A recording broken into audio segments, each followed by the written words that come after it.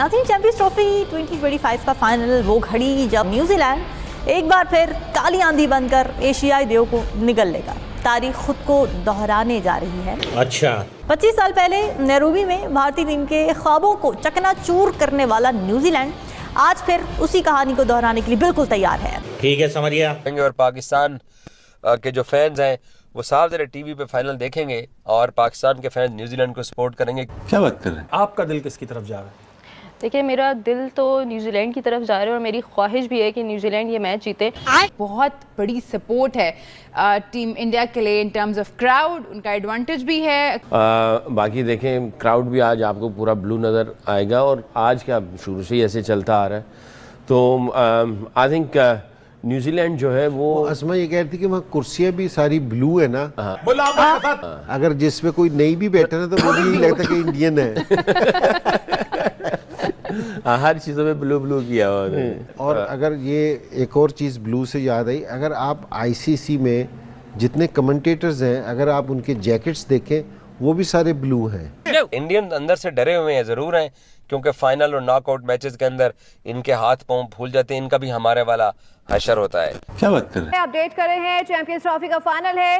भारत के खिलाफ न्यूजीलैंड के ओपनर्स की धुआंधार बल्लेबाजी और अब न्यूजीलैंड की जानिब से भारत को 252 रन का हदफ दे दिया गया है। A few moments later. ICC champions trophy 2025 का फाइनल भारत ने जीत लिया है। और आपको बताएं कि चैंपियंस ट्रॉफी फाइनल में भारत जीत चुका है। ये इस वक्त आप देख सकते हैं। My God! India is a controversial winner of the ICC champions trophy 2025। अबे साले, भाई खुश है इंडिया, यही चीज तो चाह रहा था जेशा, उसको यही चाहिए था कि बस हम लोग किसी तरीके से चैंपियन ट्रॉफी का फाइनल जीत जाए और वो जीत गए। ऐसी जीत को मेरी तरफ से, ऐसी जीत को कचरे के डब्बे में फेंकना चाहिए, ऐसी जीत को बिन में फेंकना चाहिए। आप लोग रोना बंद कीजिए, मेरे तक आवाज आ रही है। पूरी दुनिया शोर मचा रही थी, हम भी मचा रहे थे, एक ही जगह पे खेल रहे हैं, एक ही जगह पे फायदा हो रहा है। आज पिच भी देख लो, और चिट्टा पिच कर लेते और फ्लैट कर देते और ड्राई कर देते, जितना कर सकते थे कर देते और स्लो कर देते। यार जाहिर सी बात है, ये बीसीसीआई वैसी ड्रामेबाज क्रिकेट बोर्ड है, उसके बाद उनका जो बंदा है जय शाह, वो आईसीसी का चेयरमैन बन गया है, वो हर टाइम वहां बैठा रहता है। ठीक है, तो जाहिर सी बात है उसकी टीम ने जीतना ही है ना फाइनल। ये अभी की बात तो नहीं है ना। जिस दिन से ये हाइब्रिड की बात हो रही थी उसी दिन से सब कह रहे थे कि ये जीतेगा जीतेगा जीतेगा। गलती तो क्रिकेट बोर्ड्स की है, जिनके लोग और जो न्यूज़पेपर पे लिख लिख के अब कह रहे हैं कि जी इंडिया को फायदा होगा, इंडिया को तो फायदा हो रहा है। तो भाई उस टाइम की आंखें बंद थी, है मुंह पे जिप लगी हुई थी, बटन थे आंखों में, दिमाग काम नहीं कर रहा था जब बोली जा रहे थे कि नहीं जी इंडिया को बहुत ज्यादा फायदा होगा। अब इंडिया, ये दुबई में जितने भी मैच खेले गए, कितने रन बने यहाँ पे? एक मैच मुझे बता दो किसी में 300 रन बनाओ, 280 बनाओ, 290 बनाओ, एक मैच मुझे बता दो। और पाकिस्तान में तो 350 रन बन रहे थे। क्यों? क्योंकि वहां पे पिच प्रॉपर बैटिंग पिच थी, बल्ले पे बॉल अच्छा आ रहा था, स्पिनर का बॉल भी फंस नहीं रहा था, ना इतना ज्यादा ब्रेक हो रहा था, वहां पे स्पिनर को ही मार लग रही थी। मैं बहुत लोगों को सुनता था, ओ जी पाकिस्तान में आएगी जो है वो क्या नाम है इसका, इंडिया की टीम पाकिस्तान आती, वो बहुत मारती। जी बिल्कुल बहुत मारती, ये हमें ही पता है, बैटिंग में बहुत मारती, ठीक है। लेकिन कम से कम ये भी होता कि उनका बेशक स्पिन अटैक अच्छा था, लेकिन जहां बॉल ब्रेक नहीं होता, ये मेरी बात हमेशा याद रखना, ये जो दुबई वाली पिच है ना, यहाँ पे या बॉल ब्रेक होगा, बैट्समैन को मुश्किल होती है, या बॉल ब्रेक नहीं भी होता तो गेंद बहुत स्लो आता है, बल्ले पे नहीं आता, बहुत रुक के आता है। ऐसी जीत को मेरी तरफ से, ऐसी जीत को कचरे के डब्बे में फेंकना चाहिए, ऐसी जीत को बिन में फेंकना चाहिए। ये कोई जीत नहीं है भाई, ये कोई जीत नहीं है। बाहर निकलते तो पता चलता, आते, मैंने जिस तरह पहले बोला था, आते पाकिस्तान, मारते आए पाकिस्तान, आके मारो। अगर हम भारत की जीत के हवाले से बात ना करें, चैंपियंस ट्रॉफी के हवाले से बात ना करें तो नाइंसाफी होगी। कमाल परफॉर्मेंस दिखाई गई इंडिया की जानिब से, और आप जानते हैं कि पहले भी जो है वो जो आखिरी ग्रुप मैच हुआ था उसमें भी भारत ने न्यूजीलैंड को हराया था, और मेरे ख्याल में आज के इस फाइनल के लिए भारत ही जो है वो फेवरेट था। और उसके बाद जब पहली इनिंग्स खेली गई तो पहली इनिंग्स के बाद अलबत्ता रोहित शर्मा जो है 12वीं मुसलसल दफा जो है वो टॉस हारे हैं। ये भी एक रिकॉर्ड है, मुनफरिद रिकॉर्ड है। मेरे ख्याल में well deserve victory for India. India deserve करता था, it was the best team. Yes, ये कंट्रोवर्सी रहेगी, हाँ ये हकीकत है कि इसके ऊपर बातचीत ज़रूर होती रहेगी कि जनाब क्या ये स्केड्यूल जो बनाया गया या ट्रेवलिंग के हवाले से जो पूरा एक रूटीन जो बनाई गई तमाम टीम्स के लिए, उसमें इंडिया को एक एडवांटेज ज़रूर मिला। और आईसीसी के हवाले से दोबारा उंगलियां उठेंगी, दोबारा सवाल किए जाएंगे कि आखिर आईसीसी जो है वो हर दफ़ा क्या इसी तरह इंडिया के सामने घुटने टेक देगा, इंडिया जहां अपनी मनमानी करेगा क्या उनके लिए पूरा का पूरा स्केड्यूल जो है वो तब्दील कर दिया जाएगा।